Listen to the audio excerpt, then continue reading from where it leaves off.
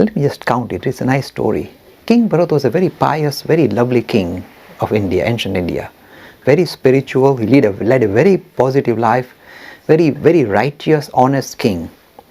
Now, King Bharat, in those days, they said that when you reach certain age, you give up your kingdom and walk into the forest. Aranyak, go into the forest and become a hermit. So you give up all your kingdom, your wealth, and say, now I'm going to spend my rest of my life thinking about higher spiritual things, no material world. So King Bharat went into the forest. He built a little cottage for himself. Look, he's a king. He built a little cottage. He's just spending his time in meditation. This is how he discovered all this Purushukta came out. He would spend time in contemplation, meditation, and things were going very well. He was hitting highs. Then one day, before he started to sit down for meditation, there's a little stream of water passing by his hut. That's how he gets his water supply. And before he went into meditation, he suddenly saw a female deer come, and she was pregnant.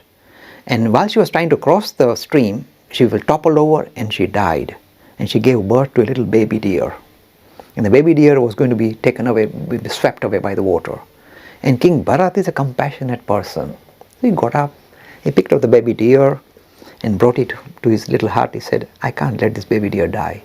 So he started to feed it, give it grass, look after it, tend it, and he fell in love with this little baby deer. And the baby deer would stay close to the hut, chew grass around the hut, keep looking at this King Bharat and be very friendly. Now King Bharat developed tremendous attachment to this deer. You see, because he's like a child. He's been born and brought up in front of him. He developed attachment to this deer. The story goes, look, this is a story, but enjoy the story. The story goes, when King Bharat died, he was reborn as a deer. It's because the last thing that Bhagavad Gita says, the last thing that you think about before you die becomes your, if you like, this is where you are projected. So the poor man, he was a major king, was projected as a deer, and he was born as a deer. And the story is very interesting. Take it with a pinch of salt. Always take story with a pinch of salt. But he's giving the same idea this young girl is saying. Animal-human relationship. And then this deer, the story goes, because of his character was this high philosophic principle, even though he was born in a deer's body, that character was still there, trapped in a deer's body. So how did he show his character? It only would go where the hermits were meditating and chanting the Vedic. The deer would just go and live near there and listen. He doesn't know why. Because he's a deer, he can't understand. He spent a whole life as a deer, but deliberately grazing near the hermitages. And then when that deer passed away, he was reborn again as a human. And when he was reborn as a human, he recalled what mistake he made last time. He associated with the deer and got caught. He had to go into an extra cycle.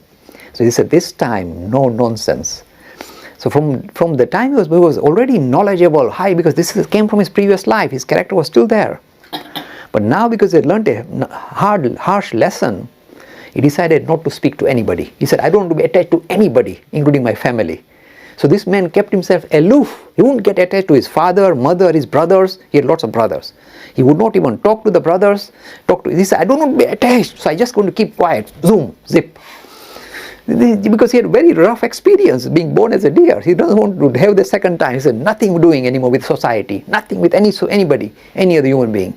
I'm going to focus on myself, Atman, and nothing else will get in my way. So he would not speak to anybody, and the wives of the brothers would say, what an idiot. He's an idiot. They call him Jada Bharat. Means a thick Bharat. So they said, this is a man who should not be even fed by us. Why should we look after this madman? He's not speaking. He doesn't have any, intelligence at all. So they were mistreating him. And this man said, nothing doing. I'm not going to speak. So he lived like that. This is a story of Jada Bharat. This is a very lovely story. And this person kept mum quiet until almost a long time in his life, until an incident occurred where a king was pushing him hard. I won't go into the big story. Let me just touch. It's a nice story. Let me carry on. One day the king's palki, palkin, where the king people are carrying, where it was passing by the village, and one of the palki carrier developed some kind of illness, stomach ache or something, and he couldn't carry.